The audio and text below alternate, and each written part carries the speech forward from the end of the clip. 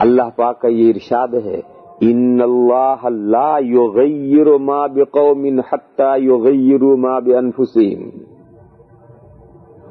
اللہ تعالیٰ جب کسی قوم کو نعمتیں دیتے ہیں تو وہ نعمتیں اس وقت تک نہیں لیتے جب تک کہ وہ اپنے احوال بگاڑ نہ لیں۔ جب تک وہ اپنے احوال بگاڑ نہ لیں اللہ تعالیٰ ان کی نعمتوں کو ان سے نہیں چھینتے ہیں، واپس نہیں لیتے۔ اور اقبال رحمت اللہ علیہ نے جو مضمون باندھا ہے شعر میں وہ الٹا باندھا ہے، وہ قرآن کریم کے مطابق نہیں۔ اقبال نے یہ کہا ہے کہ اللہ نے اس وقت اللہ نے آج تک اس قوم کی حالت نہیں بدلی جسے نہ ہو خیال آپ اپنی حالت کے بدلنے کا۔ یہ اقبال کا شعر ہے، اور اس شعر کا حاصل یہ ہے کہ بگڑی ہوئی قوم جب تک اپنے احوال نہیں بدلے گی اللہ اس کی اصلاح نہیں کریں گے، اللہ زبردستی اصلاح نہیں کریں گے، قوم خود اصلاح چاہے گی تو اللہ اصلاح کریں گے۔ اللہ نے آج تک اس قوم کی حالت نہیں بدلی جسے نہ ہو خیال اپنی حالت بدلنے کا۔ وہ اپنی بگڑی ہوئی حالت بدلنے کا جب تک ارادہ نہیں کرے گی اللہ اس کے احوال نہیں بدلیں گے۔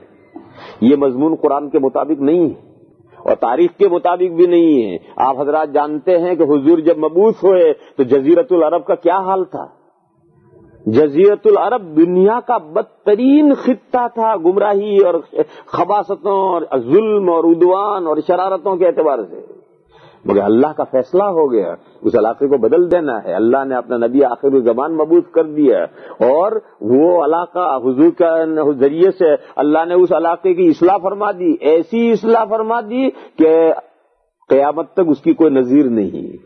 جزیرۃ العرب کے لوگوں نے کون سا ارادہ کیا تھا اپنے حالات بدلنے کا؟ جزیرۃ العرب کے لوگوں نے کوئی ارادہ نہیں کیا تھا، اللہ کا فیصلہ تھا اسے بدلنے کا۔ اس لیے بگڑے ہوئے حالات کو اللہ بدلنا چاہے اللہ جب چاہے بدل دے، اس کے لیے کوئی اصلاح کی ضرورت نہیں ہے، ارادہ کی ضرورت نہیں۔ لیکن جو نعمتیں اللہ دیتے ہیں وہ نعمتیں جب تک آدمی اپنے احوال نہ بگاڑے اللہ چھینتے نہیں۔ دیکھو ایک قاعدہ سمجھو، یہ گنہگار ہے اس کے گناہ معاف کر دینا یہ تو فضل ہے، فضل ہے۔ اللہ ذو الفضل العظیم، وہ بڑے فضل والے ہیں۔ اور ایک بے گناہ ہے اسے جہنم میں ڈال دینا یہ ظلم ہے، اللہ ظلم کسی پر نہیں کرتے۔ آدمی خود اپنے پیروں پر کلاڑی مارے گا تو جہنم میں اللہ ڈالیں گے، لیکن آدمی نے برائیاں نہ کی اور اللہ جہنم میں ڈال دے، یہ نہیں ہو سکتا، یہ ظلم ہے اور اللہ ظلم نہیں کرتے۔ یہ قوم گمراہ ہے، اس گمراہ کو ہدایت پر لے آنا یہ اللہ کا فضل ہے، اللہ کا فضل جسے چاہے پہنچ جائے۔ لیکن یہ قوم راہ راست پر ہے، اسے اللہ نے خواہ اسے نعمتیں لے لیں، یہ تو ظلم ہے، یہ ظلم اللہ نہیں کرتے۔ لہذا اللہ نے فرمایا کہ ان اللہ لا یغیر ما بقوم حتی یغیروا ما بانفسہم۔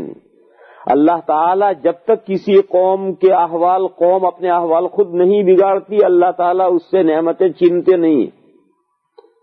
تو اللہ نے ہمیں خلافت کبریٰ دی تھی، وہ خلافت کبریٰ ختم ہو گئی اور سلطنت عثمانیہ گئی، وہ ہم نے کرتوت یہ کیے تھے اس لیے گئی۔ اللہ نے ہمیں ہندوستان میں غیر منقسمہ ہندوستان میں اللہ نے ہمیں حکومت دی تھی، وہ ہمارے بزرگوں نے ہمارے بڑوں نے یہ صورتحال کی تو ہماری حکومت گئی۔ ایک ایک عورت کو جب 6 روپے کی ایک گائے کی قیمت تھی، چل اتنے مہر دے رکھے تھے۔ تو میرے بھائیوں کہنے کا مطلب یہ ہے کہ یہ جو مہر کی زیادتی ہے یہ بھی غلط ہے، اور یہ جو مہر کی اتنی کمی ہے یہ بھی غلط ہے۔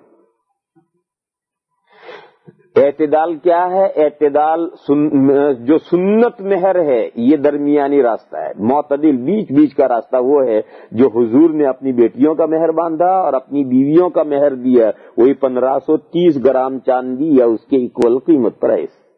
یہ ہے درمیانی، یہ بہت کم بھی نہیں ہے، اچھی خاصی رقم ہے۔ یہ 1530 گرام کوئی معمولی رقم نہیں، اچھی خاصی رقم ہے، اور بہت بڑی بھی رقم نہیں، بہت بڑی بھی رقم نہیں ہے، یہ درمیانی رقم ہے۔ یہاں ایک مسئلہ اور سمجھنا چاہیے،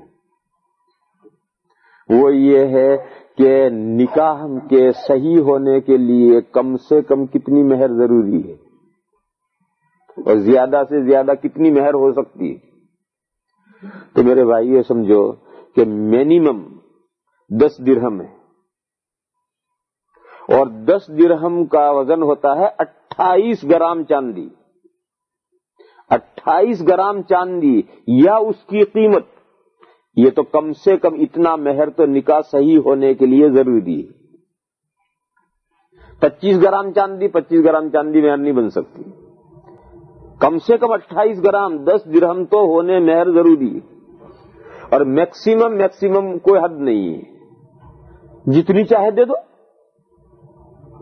اربوں خربوں کروڑوں روپے دے دو، سارا گھر بھر کر کے سونا دے دو، تمہارے پاس ہو تو کس نے منع کیا ہے؟ میکسیمم کوئی لمٹ نہیں ہے، منیمم جو ہے 10 درہم ہے. تو یہ ایک الگ مسئلہ ہے. لیکن یہ کہ عام طور پر مہر ہونا کتنا چاہیے؟ تو میں نے کہا کہ عام طور پر مہر ہونے کا کہیں تو ہے اتنا کم کہ بکری کی قیمت کے بقدر بھی عورت کی قیمت نہیں رہی. عورت کی قیمت بکری کی قیمت کے بقدر بھی نہیں رہی. قیمت کا مطلب ویلیو، احترام. عورت کی قیمت تو انسان کی کوئی قیمت تو ہو ہی نہیں سکتی، لیکن اس کا ویلیو اور احترام جو ہے بکری کی قیمت کے بقدر بھی نہیں رہا. اور کہیں ہمارے یہاں یو پی میں مہر مقرر ہوتا تھا 5 لاکھ 10 لاکھ سکہ رائج الوقت. یہ 5 لاکھ 10 لاکھ سکہ رائج الوقت آج نہیں. جس وقت میں 2 آنے مزدور کی مزدوری تھی، دن بھر کی جو مزدوری تھی وہ 2 آنے تھی، 12 روپے 40 کلو گھی تھا اصلی. 12 روپے میں 40 کلو اصلی گھی ملتا تھا. اس وقت میں مسلمانوں کے جو مہر تھے وہ 5 لاکھ 10 لاکھ سکہ رائج الوقت. اب سکہ رائج الوقت مانے وہی رانی سکہ. وہ جو رانی سکہ آج اگر کسی کے پاس میں ہو تو اس کے 500 ہندوستانی روپے ملیں گے. وہ سکہ رائج الوقت 5 لاکھ مہر 10 لاکھ مہر یہ مہر باندھتے تھے شورفا.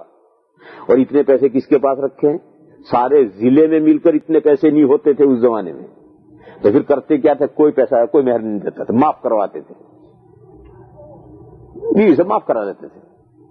اور کبھی زندگی میں معاف نہیں ہوا تو عورت مر رہی ہے، نزا کی حالت ہے، ساری عورتیں اس کے پیچھے ارے مہر معاف کرتی مر رہا ہے، مہر معاف کر کے مر، مہر معاف کے مر. اس کو کلمہ نہیں بتائیں گے، اس کو مہر معاف کر کے مروائیں گے.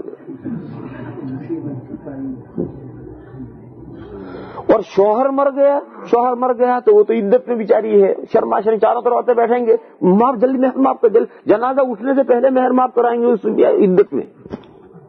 تو اگر شوہر مر گیا تو جنازہ اٹھنے سے پہلے بیچاری کو مہر معاف کرنا ہے. اور اگر وہی مر رہی تو سکرات میں اسے مہر معاف کرنا ہے. کیوں؟ اتنا مہر کہاں سے لا کر دیں گے؟